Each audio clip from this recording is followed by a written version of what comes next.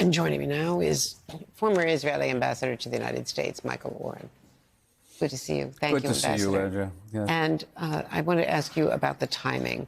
Is there any reason, I mean, you've been involved in national security decisions in Israel for decades.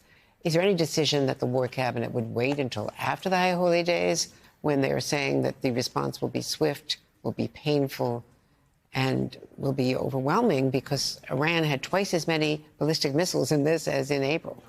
Well, on one hand, the enemy is always attacking us on our Jewish holidays. October 7th was a Jewish holiday.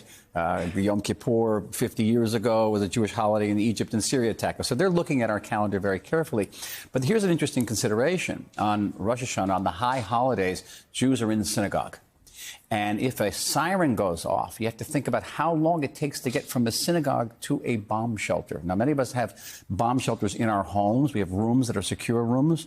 Are there bomb shelters in synagogues? There are. In my synagogue example, we would literally go under, it happened several times during October, November, when they were shelling Tel Aviv, we simply went under a staircase.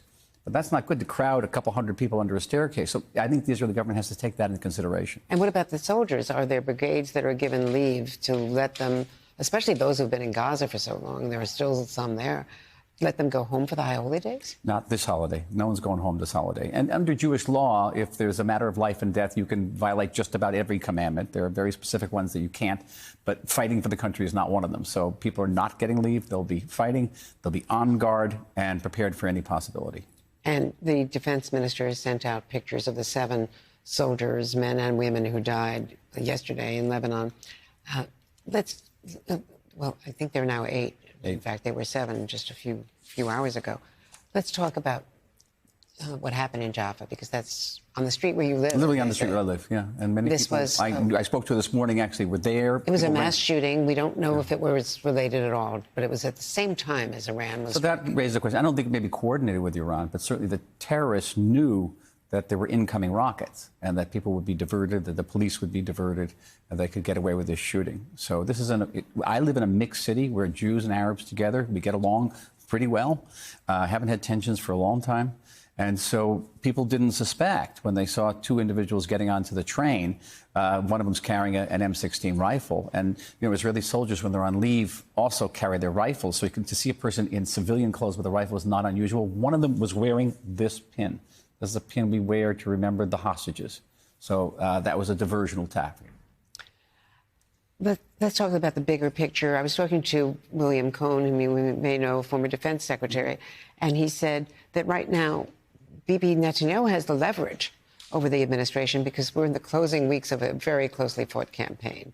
And these strikes, if he were to strike the oil fields or the nuclear facilities, this would already cause more of a spike in the oil prices and destabilize the whole world. And I've heard this and I'm aware of it.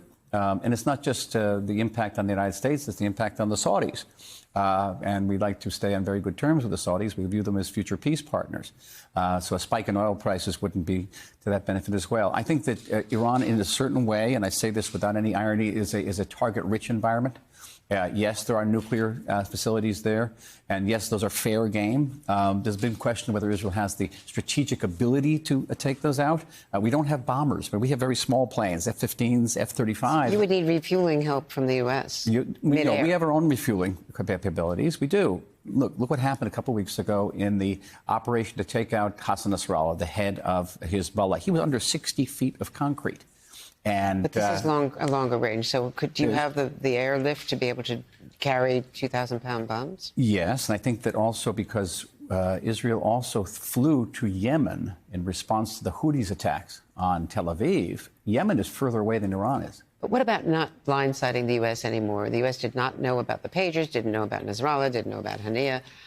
With something this important, consequential, would the 2 allies be working in concert? Preferably, yes. Preferably, yes. I think, first of all, Israelis are grateful. Israelis are grateful that the United States was there to intercept these missiles. One of those missiles landed in the front yard of a very good friend of mine in Herzliya. You know Herzliya, north of Tel Aviv. Right. And if it didn't explode, if it had, it wouldn't just have killed my friend. It would have killed the whole neighborhood. This is 1,200 pounds of TNT. That's huge. Take down this building. So we're very, very grateful to the United States for doing that. I think maybe that puts us in a better puts us on a better page for cooperation. I hope that's the case.